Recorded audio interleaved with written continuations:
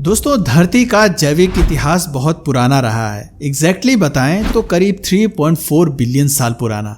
और इस time span में करोड़ों जीव धरती पर कदम रख चुके हैं, जिनमें से कुछ छोटे तो कुछ इतने बड़े रहे हैं कि एक इंसान कंपैरेटिवली उनके पैरों के नाखून के बराबर भी नहीं आता होगा। आज की इस वीडियो में हम आपको धरती पर रह चुके अब तक के सबसे विशालकाय जीवों के बारे में बताने जा रहे हैं। और वीडियो शुरू करने से पहले ही हम ये बात क्लियर कर देना चाहते हैं कि इस लिस्ट में जो जीव आज भी एग्जिस्ट करते हैं और जो विलुप्त हो चुके हैं वो सारे के सारे इंक्लूडेड हैं। इसलिए कुछ के एस्टिमेटेड फिगर्स कैलकुलेट किए गए हैं। अब इसी बात पर बिना वक्त ज़ाया करे चलिए शुरू करते हैं आज के इस एपिसोड को और बढ़ते हैं अपनी लिस्ट की तरफ। Number 10, blue whale. इस जीव के बारे में आखिर कौन नहीं जानता। पानी में करीब 330 से 1540 फीट की गहराई में रहने वाली ब्लू व्हेल वर्तमान समय की सबसे बड़ी सर्वाइविंग ऑर्गेनिज्म है, जिसकी औसत लंबाई 87 फीट कैलकुलेट की जाती है। हाँ, यहाँ पर कुछ लोग ये ज़रूर कहेंगे कि ब्लू व्हेल तो 100 फीट तक की भी पाई जाती है, लेकिन हमें ये समझने की कोशिश करनी चाहिए कि हम लोग यहाँ एक पूरी स्पीशीज़ की बात कर रहे हैं, जिसके लिए हमें एक कॉमन एवरेज फिगर को कंसिडर करना चाहिए। उदाहरण के लिए, अब वैसे तो भारत में भी 7 फुट 4 इंच के द ग्रेट खली पैदा हुए हैं, लेकिन फिर भी औसत लंबाई लोगों की 5 फुट 8 इंच के बराबर ही तो मानी जाती है। बस इसीलिए हम लोग इस लिस्ट में एवरेज फिगर्स को लेकर आगे बढ़ रहे हैं। Number 10, Diplodocus.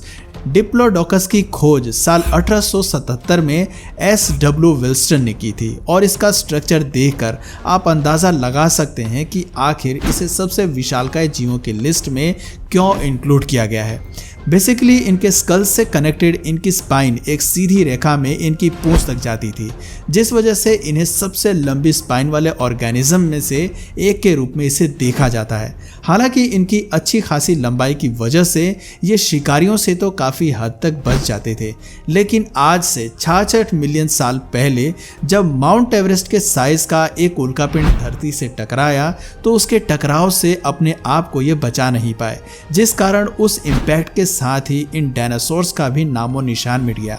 आज जब इनके अवशेष दुनिया के अलग अलग कोनों में मिलते हैं तो कई बार इनका स्ट्रक्चर फिजिकली और कंप्यूटर पर भी रीडिज़ाइन किया जा चुका है, जिसके बाद आज वैज्ञानिक ऐसा मानते हैं कि उस दौर में इनकी लंबाई करीब 92 फीट के बराबर हुआ करती थी, जो उन्हें हमारी लिस्ट में 9वां पायदान देते हैं।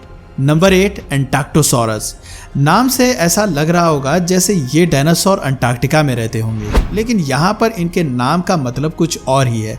दरअसल साल 1929 में जब जर्मन पैलेंटोलॉजिस्ट फ्राइडरिच वॉन हुइन इस स्पीशीज को नाम दे रहे थे तो उन्होंने ग्रीक लैंग्वेज से एंटी, जिसका मतलब उल्टा होता है, और आर्कटोस यानी नॉर्थ को कंबाइन करके इस स्पीशीज का नाम एंटार्क्टोसॉरस रखा, जिसका मतलब होता है नॉर्थ के अपोजिट में रहने वाला डायनासोर, यानी साउथ में रहने वाले डायनासोर। और चूंकि इन डायनासोर को साउथ अमेरिका के अर्जेंटीना जैसे हिस्सों में पाया जाता रहा है, इसलिए इसका नाम जस्टिफाई किया गया। हालांकि साइज में 98 फीट लंबे होने के बावजूद ये जानवर पूरी तरह से शाकाहारी हुआ करते थे, जिसका मतलब अगर ये आपके सामने आ भी गए तो भी आपको किसी भी तरह की तकलीफ नहीं होने वाली। नंबर 7, प्यूटासॉरस। इसकी खोज साल 2001 में पैब्लो प्यूटा और सेंटियागो रुइल ने साथ मिलकर करी थी, जिस वजह से खोजकर्ता के नाम पर इस डायनासोर का नाम पियाटोसॉरस रखा गया। एक नेक वर्टेब्रा, एक बैक वर्टेब्रा और 2 टेल वर्टेब्रा होने की वजह से इनका शरीर देखने में ऐसा लगता है जैसे मानो किसी ने 3 अलग अलग सेक्शंस को साथ में जोड़ दिया हो और इनको चलने फिरने लायक बना दिया हो, जिस वजह से ना सिर्फ इनकी गर्दन बाकी लंबे डायनासोर्स के मुकाबले थोड़ी ज़्यादा उड़ती थी, बल्कि इनकी स्पीड पर भी उनका कोई खास फर्क नहीं पड़ता था। करीब 73 टन के वजन के साथ ये डायनासोर 100 फीट लंबे हुआ करते थे, जिसके साथ अब हम ऑफिशियली अपनी लिस्ट में उन क्रिएचर्स की बात करने वाले हैं जिनकी लंबाई 3 फिगर्स में होगी। नंबर 6, रुआंगोसॉरस। एक 5 फीट 10 इंच का इंसान इस विशालकाय डायनासोर के सामने कितना छोटा लगता है, ज़रा एक बार गौर करिए और आपको फोमो ना हो जाए तो नाम बदल देना। ये डायनासोर सबसे पहले चीन के रुयांग में पाए गए थे, जिस वजह से इनका नाम रुआंगोसॉरस रख दिया गया। लेकिन अफसोस कि आज तक इस डायनासोर का पूरा शरीर कभी मिल ही नहीं पाया, जिस वजह से इसके जितने नर कंकाल मिले हैं उसी के आधार पर स्ट्रक्चर मॉडलिंग करके वैज्ञानिक इसके बारे में जानकारियां जुटाने की कोशिश करते हैं। हालांकि अभी तक जितना डेटा कलेक्ट हुआ है उसके हिसाब से इनकी लंबाई करीब 105 फीट प्रिडिक्ट की जाती है, पर अगर आगे आपको ये आंकड़ा कहीं पर बढ़ा हुआ सुनाई दे तो चौंकिएगा मत, क्योंकि आर्कियोलॉजिकल रिसर्चेस हर दिन होती रहती हैं। नंबर 5, सौरोपोसाइडन। जब साल 1993 में इसका पहला फॉसिल ओक्लाहोमा में खोजा गया था तो वैज्ञानिक इतने हैरान हो गए थे कि इन्होंने सोचा जब इतना बड़ा डायनासोर धरती पर कदम रखता होगा तो पूरी की पूरी धरती हिलने लगती होगी, और इसी वजह से उन्होंने इस जायंट का नाम सौरोपोसाइडन रखा। बाकी इतना तो हम सभी जानते ही हैं कि ग्रीक माइथोलॉजी में पोसाइडन भूकंप और पानी के देवता थे, जिनके चलने से कहानियों के अनुसार धरती भी कांपने लगती थी। एक और खास बात यह है कि इस डायनासोर की एवरेज हाइट 111 फीट एस्टिमेट की जाती है, जिसे आप शगुन का नंबर भी मान सकते हैं। और चूंकि ये शाकाहारी भी हुआ करते थे इसलिए इन्हें आप खतरनाक भी नहीं मान सकते।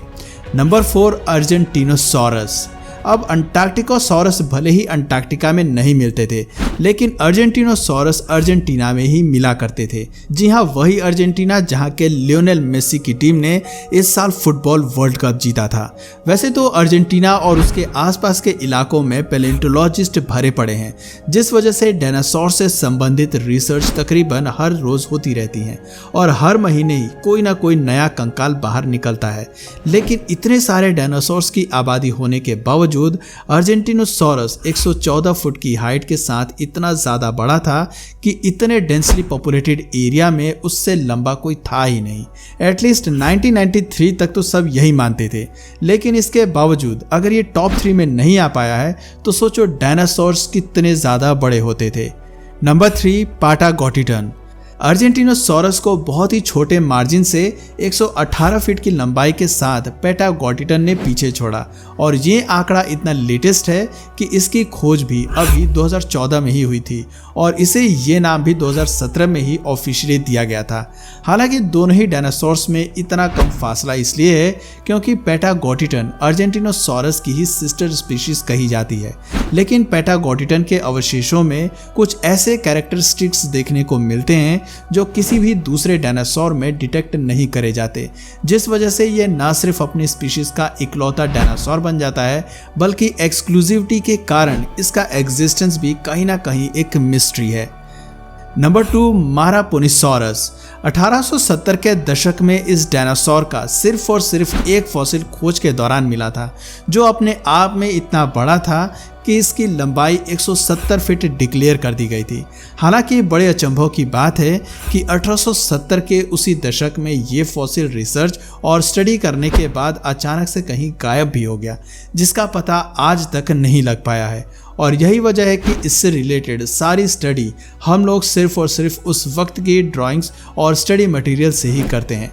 हालांकि कई दशकों बाद जब और भी बहुत सारे डायनासोर्स का डेटा कलेक्ट हुआ तो वैज्ञानिकों ने इसकी लंबाई को रिकंसिडर किया और तब जाकर ये डिसाइड हुआ कि इसके फॉसिल्स के हिसाब से इस पूरे डायनासोर की लंबाई करीब 130 फीट के बराबर हुआ करती होगी, और आज इस हाइट को ही ऑफिशियली करार दिया जाता है।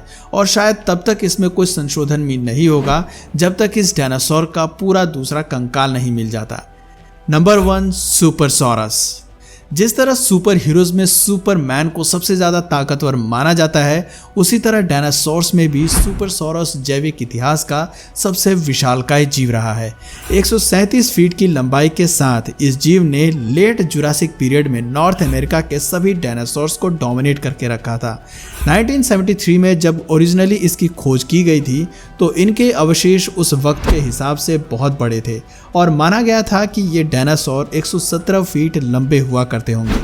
लेकिन नवंबर 15, 2021 के दिन जब ढेर सारी स्टडीज और डेटा को अपडेट किया गया तो ये देखा गया कि सुपरसॉरस के फॉसिल ना सिर्फ बाकी सभी डायनासोर से लंबे थे बल्कि चौड़ाई में भी इनका कोई जोड़ नहीं था।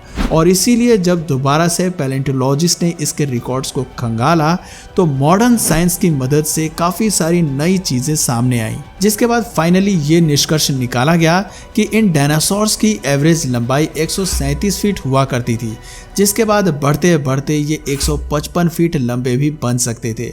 और बस इसी कंफर्मेशन के साथ रिकॉर्ड बुक में इन्हें धरती पर चलने वाले लार्जेस्ट क्रिएचर का टैग दे दिया गया।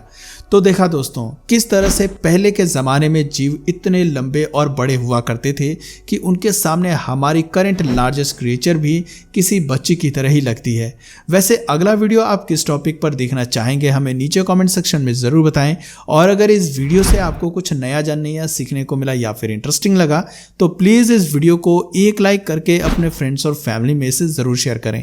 और यदि आप इस चैनल पर नए हैं तो प्लीज़ इस चैनल को सब्सक्राइब करके बेल नोटिफिकेशन आइकन को ऑन कर लीजिए ताकि हमारे आने वाले वीडियोस आप मिस ना करें। मिलते हैं फिर किसी वीडियो में नए टॉपिक के साथ, तब तक के लिए नमस्कार।